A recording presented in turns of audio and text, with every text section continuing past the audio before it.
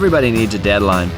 And for car builders of OE-style muscle cars, that deadline is the November weekend just before Thanksgiving. That's when the most anticipated muscle car show in the world takes place, and the latest, greatest muscle car restorations are unveiled to a packed house of like-minded enthusiasts. That show is known as MCACN, and in just over 10 years, it has grown into the world's undisputed premier showcase of everything cool from the muscle car era. This is Robert Wolf reporting from the center of the Mopar world for November of 2022, the Muscle Car Nationals in Chicago, Illinois. That's right, I called it the Muscle Car Nationals. After all, that's what this show really is, isn't it? I think it's long past time to start a petition to drop Corvette off this show's official name. I mean, everybody just calls it MCACN now. So why not let's just call this show the MCACN Muscle Car Nationals? If you want some back history on MCACN and why this name, be sure to check out my 2021 coverage of this show to learn that history. Irregardless of having the least inspiring name of any car show, it is the undisputed, most impressive gathering of muscle cars anywhere, anyhow, anyway. 2022 proved to be no exception. All right, ladies and gentlemen, we would like to welcome you to the very first premiere unveiling here at the 2022 Muscle Car and Corvette Nationals here in Chicago. But before we do that, I would like to extend a big welcome round of applause to everybody here, but also to our event organizers, Bob and Vicki Ashton, and the managing partners and all of the team and volunteers that helped out with the Muscle Car and Corvette Nationals. Thank you again for putting on such an awesome show, ladies and gentlemen. Yeah. Hey. All right, now as we stand here, we have our friend Mr. Daryl Wisnaski, but this is a first of its kind unveiling here at the Muscle Car and Corvette Nationals, because normally these unveilings are for freshly restored cars, and this is an unrestored car, and they want to see it. So why don't you two pull the cover off as Daryl, you tell us what we are looking at. Okay, all right. There we go. Yeah. Oh. Yeah. Well, you're looking at a totally unrestored car. I mean, this is the car was purchased in Del Rio, Texas, and it's a real dry climate, and so that's why it looks so good. I mean, from 5 feet away, it almost looks like it's already restored. And that was amazing that it came out like that. The original leather, everything's in it. Original motor, heck, the original rings and bearings are in the motor. I mean, this is that kind of car. Well, it's amazing to see that it's unrestored, and it's a black Hemi Cuda convertible, and a car that people thought was long gone. Yes, they did.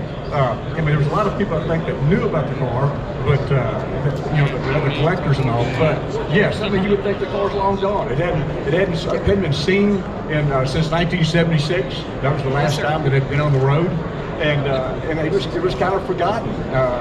You know, I know that some of the enthusiasts and all that contacted by and all just questioned some things about it. So, no, this car it's been in hibernation and all these years. And I'll tell the story a little bit later. It's a pretty cool story about the car. I think we're going to talk about it after a while, about 1 o'clock or so.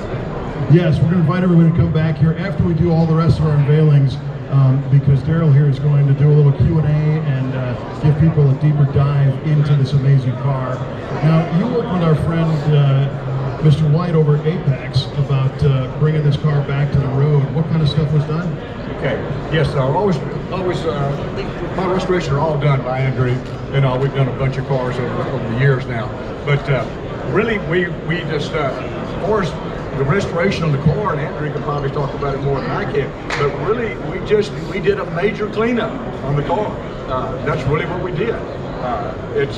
There's no replacement parts on the car. Andrew, right? Wrong? I mean, give it to Andrew. So Andrew, take us first of all the numbers of how many there are, especially in this configuration, and then what you guys did. Yeah, there's 1 to 5 4-speeds, and we I had the pleasure of taking something that hasn't run from 76 and we cleaned out the gas tank and changed the valve springs and got the thing running. And how about the outside? Outside, just got a simple polish. We don't want to burn through the paint anywhere. And as you can see, it doesn't have every body line down to bare metal. And we think it shows real well for being a 52-year-old car. So cleaned up the interior. So there's what, 14 of these total? Do we have any idea of how many are still unrestored? 8, 4, 5. I'm not sure. This has to be one of the nicer ones for sure. Yeah, I think it is probably one of the nicer ones and all, but I guess one of the unique things about it too, though, it is totally numbers matching. I mean, the motor, the transmission, the rear end, the components on the car, all the original components on the car. So it's, yes, I think it's probably pretty unique when you look at it from that aspect, that it is a totally numbers matching car in every way. And the paperwork was incredible. That's something that, of course, Dave Wise was involved in and verifying all the paperwork and all, and it's incredible paperwork. I think it's going to take them made. It's probably paperwork that really had never been seen before. Some of the items that were included in the transaction that came along with the car. Well, very cool. We're looking forward to learning more about this car later on today. Ladies and gentlemen, let's hear it for Andrew and Daryl and this awesome CUDA. MCACN obviously covers all makes and models, but it always seems that Mopars are a dominating force at this show. One of the many Mopar showcases this year was the Mr. Norm's Gathering. We lost this Chicago native and Mopar muscle car marketing extraordinaire back in 2020. There have been several tribute gatherings since his passing, but I don't think any quite as complete as this one at this year's MCACN. It featured everything from Mr. Norm's personal van to the 1970 Challenger funny car. A major focus this year was Mopar wing cars. 23 lined the red carpet right down the center of the show's entrance. Add to that several unveils in the main show area and the Welborn Museum area car gathering, and they numbered just under 50, split pretty evenly between Daytonas and Superbirds. This is an interesting vehicle that we've featured before, and our research has shown that this is 99% certain that it was the promo car that was used in the Playboy magazine to promo this car. It would have been dark green at the time, is that correct? Yes, yep. Bright metallic green. Right, and it's got a lot of really weird things on it that are unique to an early production Daytona. Yes. Tell me a little bit about the car. Well, the production date for when it left Chrysler was in February, with the build codes matching up to be a late February, early March build. We found the warranty booklet that gives us a East Cleveland Dodge is a place who had it, and then we later found a newspaper article showing that East Cleveland Dodge was selling a Daytona that belonged to Chrysler Engineering. It was known as a cover car and a show car. I know Les Bowman bought it in 1975. The front had some nose damage, so Les changed the color to what it is today. And you knew Les was an old friend of yours, correct? He was a friend of my uncle's. Okay, that's how you ended up with the car, right? I bought the car from my uncle. But you bought it unbeknownst to any of this prototype stuff, right? I mean, you just thought it was a Daytona, right? We thought, well, when I first bought it, I did some research and had a fella try and tell me that maybe it was a fake Daytona. Mm-hmm. Why did he think it was a fake? Because the bolts in the trunk area where it's not welded, the wiring goes through the radiator support. It's this grommet and the way they ran the wiring through the radiator support, where on the other ones it would have been up and over. Okay.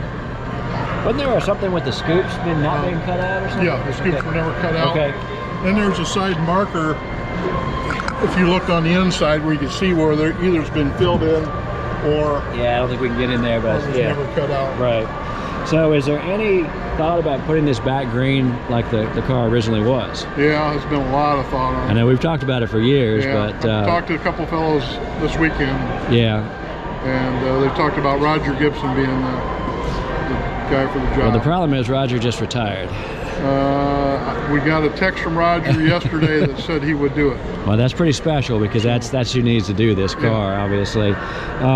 Any other unique stuff in and around the car that you found? Other than that, it's pretty standard Daytona stuff. So, it'd be the fender tag. Some of the earlier Daytonas, the fender tag has an XS right VIN number, and the VIN number The VIN tag has an XX Right. with some unusual rivets that were used on it. So these here are a little different? Yeah. Yeah. So, and here, tell me what's different on the welding and the bolts. On this car, we have this bolts in here. Right. We're on a regular production Daytona. That They would don't be all have spot those, welded right? in. And there's been some interest in the jack also? Yes, the jack is, several fellows have told me it's a prototype jack. There's been a lot of documentation on it. Cool. So this is the original ad that you bought it from? No, this is the ad that we found from 1969. Okay. From it being advertised in Ohio paper. Gotcha. So, what a deal. Yeah, and then we have the warranty book showing that it's sold at East Cleveland Dodge. But it looks like they have a completion date made from Creative Industries of 4/14, which would have been a lot earlier than all the other ones, yeah. Cool. This is one of the more interesting cars, wing cars here, in a huge gathering of wing cars that stands out, and it belongs to the Lindsay family, and this is Patty Lindsay. And my understanding is your grandfather started racing at the Salt Flats and was one of the original guys there, correct? Yeah. What year did he start? 1949. 1949. Was one of the group of about 9 guys, I think, that put it together with the Southern California. Cool. And then later on, this car came into your family in '71 when your dad bought it, correct? 70. 70 he bought it. Yeah. And then he bought it with the intent to go Salt Flats racing in? Absolutely. Okay. So do you remember this as a child? Oh yeah. Okay. So I heard you've been 200 miles an hour in this car, is that correct? I have. Have you really? I went, my fastest time was 2:13. Okay. That was in 1985. Okay. And so when he bought it brand new. There were some rumors that you guys had cars given to you. That's not true, correct? Oh no. You know, everything was bought and paid for? Grandpa, yeah, made the payments and bought it. Yeah. So how long did the car stay in the family? 1970 to about 1989. Okay. And why'd they sell it? I think they were finding that it was not as competitive when the later model Trans Ams and Firebirds and stuff were coming out. So you're running a stock class in this car. Was it B stock is what they called it? Production. Production class? Yeah, okay. production. So yeah, so you had to fit into a category that made sense for the cars. Yeah. So there were altered classes as well, and I think he did run some altered with this.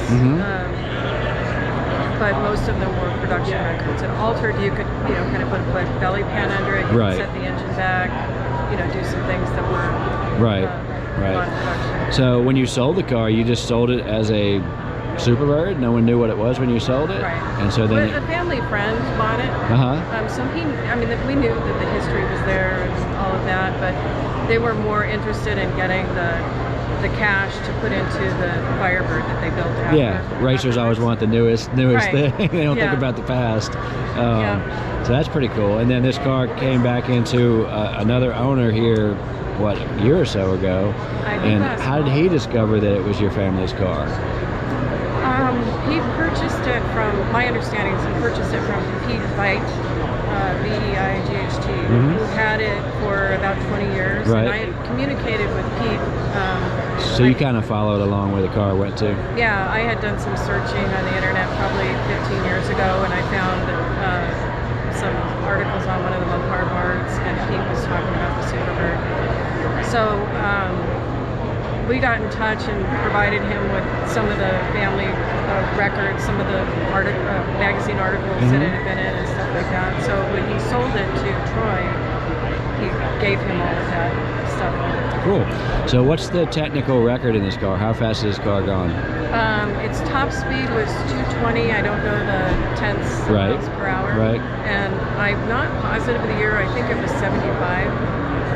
It set a record at 217 that year, and I think the top speed of one of those runs is a two-way average. Yeah. So the one-way speed was 220 and some change. That's great. So Patty, I appreciate you giving us the opportunity to tell the story of your family's trials and tribulations and past with this car, and it's going to be fun to read it in the magazine and hear all the history. Great. Thank you.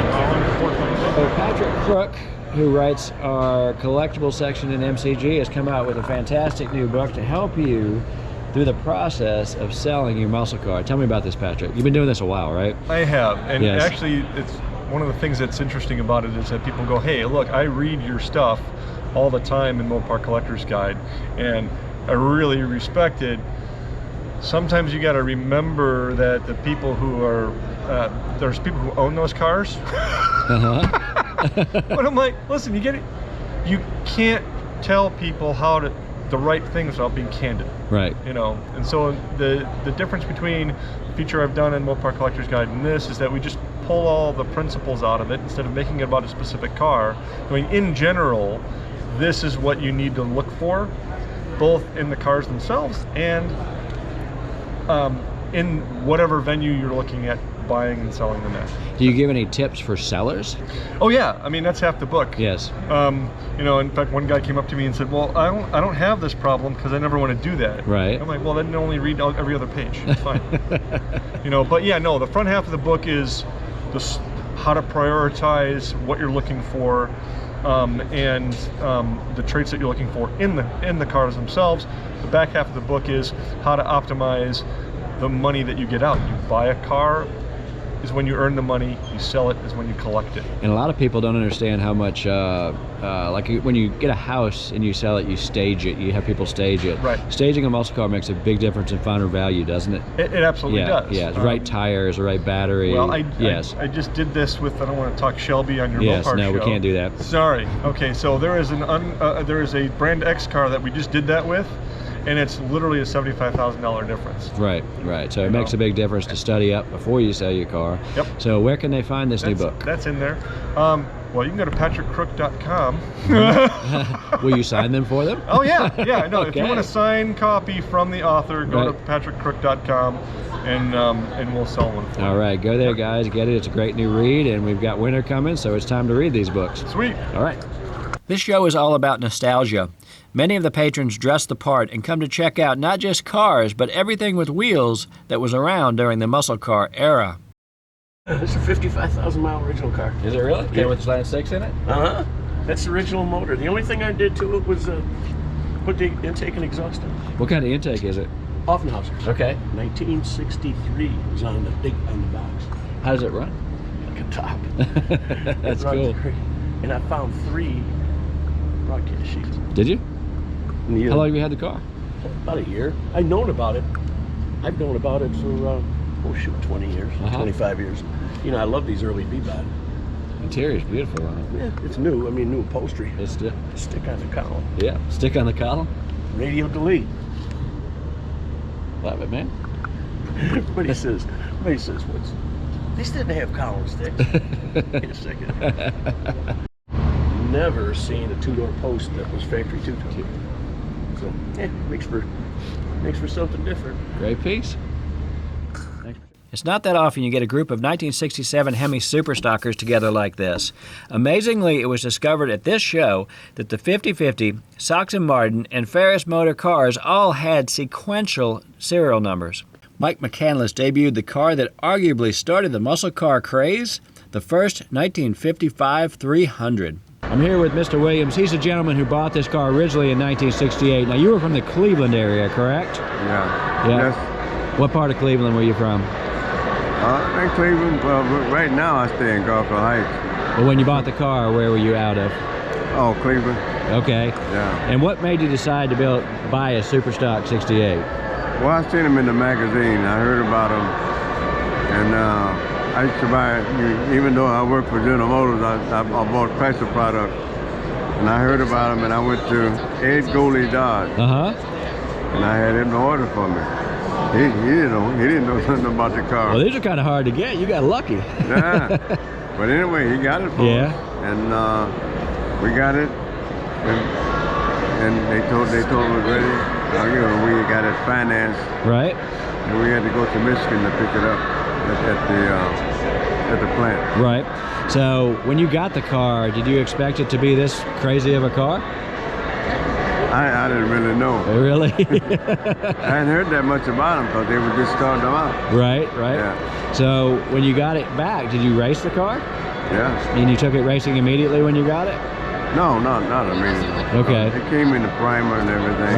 We had to pull the engine and blueprint. As a matter of fact, Ted Speehart, he built the first engine. Oh, cool. Good. He's a great engine builder. Yeah. And after that, we were building. We learned a lot. We got a lot of, from Dave Kofel and other guys, we got a lot of information, and it was pretty nice. We started building myself. So how long did you race the car? 68 to 73. And then you sold it in 73? Yeah. Why'd you sell it? You know, my partner, Hall, he was going through a divorce, and he was just out of it. He acted like he didn't care no more, so we ended up selling it.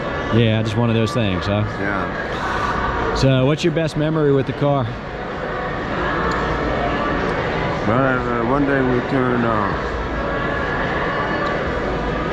1035, 135 miles an hour. Okay. That was the best time we ever turned. Most of them were higher 10s. Right. Sometime in the 11, low 11. Yeah. And where'd you run that time at? What track? Where? What track? That was at Thompson and 42, Norwalk, and another track, but I can't think of the name of it. So the paint on this thing is beautiful. Who painted it for you back in the day? A guy named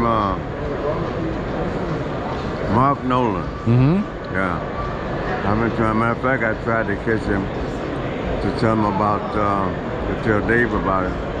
I never could find him. I don't even know whether he's still around or not. Yeah, it's a beautiful combination. I mean, it's just stunning on the car. So you did a good job back then, and glad to see it out and about again. And thanks for coming and hanging out with us. I appreciate it. All right. Thank you very much.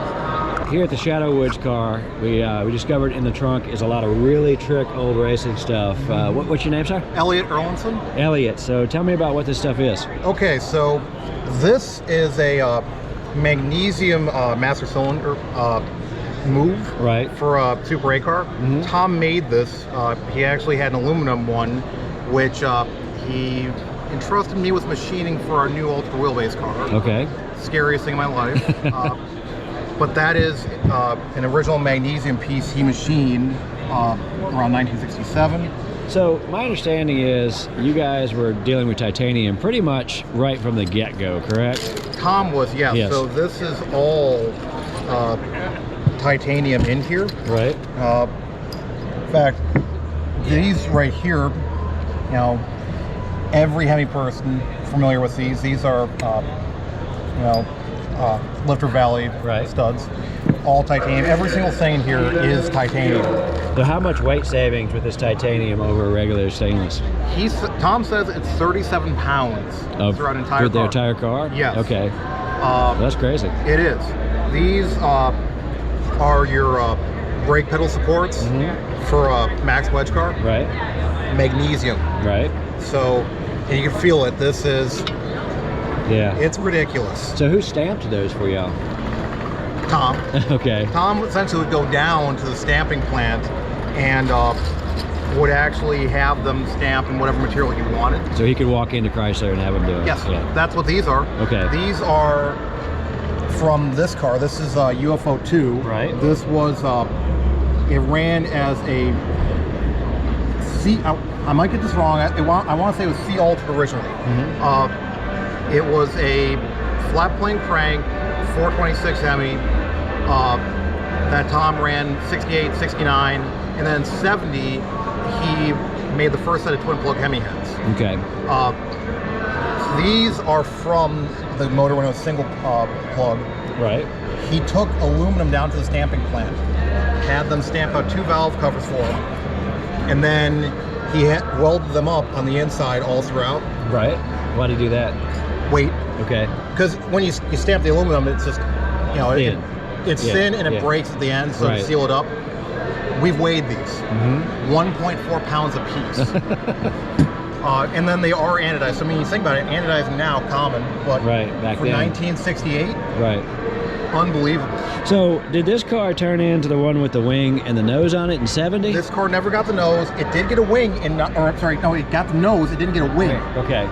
This is actually 68 or This is 68 because you can see the 68. bumper. Okay. This is before Tom's wreck. Okay. So what happened is in late 68, the parachute failed. Okay. Now, there's no front brakes in this car. So it went off the top end and wrecked, and they took the car back, and that's when their dad made the nose cone, one piece out of cardboard, chicken wire, blasted in, perfect. And you can see in the Right. photos, it's perfect. Right. That car ran with that body for 1969, and actually it got changed in 1970. It was a Challenger body in 1970. And on the side it says Tom Tiganelli in big letters. It's 5 different colors of candy paint. We have 3 photos of the car because it didn't get run often. Right. But believe it or not, Tom being, you know, I guess the forward thinker he is, I guess that's the best way to put it, he saved the motor from the car when he sold it. Okay. So, believe it or not, he still has the original UFO 2 motor, which is the world's first twin plug Hemi. So if we come to the shop, we can get pictures of that? Yes. Okay, that'd be awesome. So, and that motor was sitting in a back car since 1971, and after a year of gently pleading with him to let me pull it out of the corner, he let me pull it out of the corner. We cleaned it off. Somewhere I've got pictures of all the dust on that motor, even though it had a cover on it. And the big thing is, we're trying to find the car. We've tracked it down to 1978. It was sold to a guy by the name of Dave Johnson, and he renamed it as Little Dave, and it had a 440 and a 727 behind it. What state was he running it out Michigan. of? Michigan. So Yes. it didn't go far. It didn't go out of Michigan, no. Right. And that's kind of where the physical evidence trail dies. Right. We've had people say, "Oh, I saw a car in Royal Oak in the '90s," stuff Right. like that. But that's only words. I can't really. So when we put this up, if people want to contact you and let you know that they've seen it or know where it is, That would be how huge. do they find you? We have a Facebook page now, Shadowwoods Racing. Okay. We are setting up a new shop at the moment, so we will actually be, doing motors, transmissions, whatever you can think of. We are going back into doing that full time. And then we also have a collection of parts that, depending if you're looking for something really rare, we may have. Right. But as far as looking for the car, it says Little Yes. Dave. Last time it was. It said Little Dave on it. Yep. It's a 1970 Challenger body. It's got Mercury Cougar front fenders on it. It's got 2 hood scoops, and the reason it's got 2 hood scoops is that Tom would run the car with 1 hood scoop, and the car would always die out the top end. Well, finally they took the body off one day and ran it down the track. They were pulling in so much air through the injector stacks that the hood scoop was actually being sucked down. Oh. So he put a little second one on top of it. Okay. And that's an all fiberglass body? Yes, all fiberglass. Okay. The A-pillars are leaned back on it. The roof is leaned down a little bit.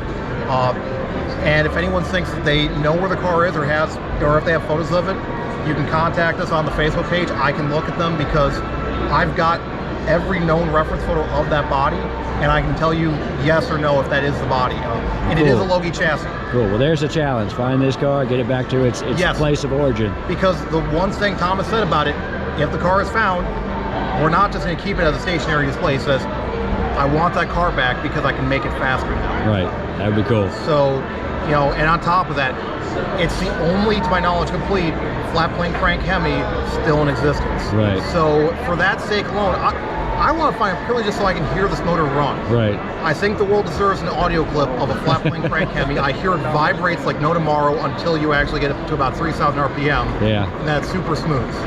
Well, cool. Thanks for opening up your trunk, and we'll definitely be by the shop, and hopefully we can locate that for you. Absolutely. All right. Thank you. I'm here with Eddie, and he's got one of Steve Atwell's cars. You do a lot of work for Steve Atwell, don't you? I do, yes, You're the sir. man behind the scenes that, Yes. that has to make them run and go places. Make them run, make them look good, and keep them original. Yeah, and you're based out of Detroit right there? Detroit, yeah, we're a little bit north of Detroit and Rochester. How'd you get the name of Hemi Eddie? So it's an interesting story because when I bought my first Hemi motor off of Lou Mancini, I brought it home and my wife says, where are you going to keep that at? And I said, well, it's going to stay in the foyer closet. And because I don't want it to rust in the garage. So it stayed in our foyer closet, and then from all my engine builders and everything, they just started nicknaming me Hemi Eddie, and that name has stuck.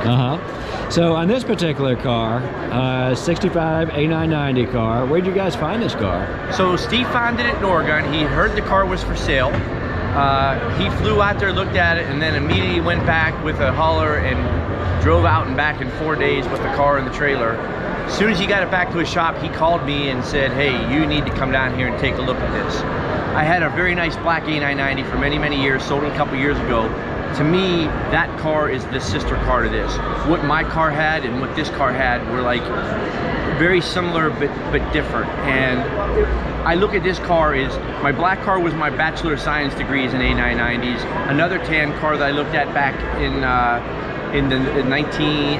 20,000s was my master's degree, and this was my doctorate. This answered every other question I needed to know. Did it really? It was that original, or how? Why do you do that? Yes. I mean, this car, when you look inside, the carpeting is the original carpeting. It was, I never known that they were cut and sewn together around the rear axle and the humps in the back and all that. So I mean, there were things about this. There's plugs that hold the rear seat delete in place. My car had screws in them, and some of the other ones had screws. No, I don't know if anyone really knew what the correct process was to hook those up. So this kind of answered that, at least on this car. Right. Now, as far as the car, it was repainted at one time, but you went back and you saved all the paint, like under the hood area. You painted the outside. Correct. But you saved as much original paint in the jams and everything as possible. So you basically buffed all that off, and how did you do that? No, basically, so when I got the car, and I think that's why Steve wanted it to come to me, because I was going to take the time to save every single piece of originality of the car. So we started in the engine compartment because like it was race painted around the tops of the inner fenders, the cowl. The whole underneath the hood was like an orange Keller. The whole underneath the deck lit, door jams in the doors and everything. So we just kind of developed a process where we took little squares of a shop rag, laid it on there, sprayed some, brake clean or, acetone, let it soften the race paint up, wipe it off, and then immediately wipe it off again so that it wouldn't soften the paint up. And we just did that 1,000 times until we removed all the orange paint. And how long did that take? I want to say we worked on it about maybe 3.5 or 4 weeks. Yeah. And I think one of the coolest things that I found during that process, when we got the engine compartment all clean, that was the first crack at it. When I sent the pictures to Steve, he was up there the next day looking at it, and he was just in amazement that we were able to save all the original paint. That is quite the feat. Yeah. Yes. Without doing anything. And then what's really funny is now that we have this original paint with the runs, the sags, the metallic marbling, I asked the painter, can you duplicate this on the exterior of the car? And he says, no, I can't do that. So the exterior of the paint is very nice. I think it does the car. The car is like a show car, but yet it has all the originality. And we not only had to strip the orange race paint off it, but when they got overzealous underneath the car with primer, I got all the gray primer off the front wheel wells, the rear wheel wells, and so it shows all the E-coat, the drips, the minty green primer, some red oxide primer, and the whole underneath of the car is amazingly original. Original splatter paint in the trunk, and every A surface is painted, every B surface is original. So was this car raced heavily? I think it was raced for about 1.5 years. It was raced under Tyndall Motor. If you look at the license plate on here, it still has the 65 Oregon license plate from Tyndall Motors with the license plate frame. I think it was shortly after, and maybe in '66, they stopped racing it. The car was mothballed until 1980 when a person purchased it, and then they took the chemical stripper to the outer body to start removing the race paint. If they wouldn't have taken the chemical stripper, I think we could have probably saved the whole paint on the whole entire car. But there was like strips of original paint, bare metal, big gouges, and unfortunately we had to paint the exterior of the car. Yeah, well, it came out beautiful nonetheless. I mean, you saved so much of the original stuff. It's amazing. And I'd have to say this is probably one of the most complete original ones that I've ever seen. Yeah, I mean, when I compare it to my black one, it is the sister car. Like I said, it is almost original.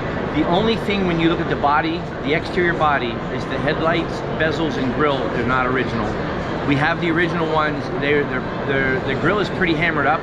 But I think what we're going to be able to do is we're going to try to restore that so that then everything you see on the exterior body, from the Plymouth letters on the front, the rear, the front, all the bumpers, the lenses, the bulbs, and everything are all from the car when it was built at Lynch Road back in '64. Fantastic job. You did amazing work on this thing. Thank you very much. For more in-depth coverage on these and many more cars from this show, make sure you have a subscription to the only Mopar magazine that matters, Mopar Collector's Guide. And if you like this video, smash the like button. And if you want to see more like this one, hit the subscribe to Mopar TV button below before you go. It's absolutely free.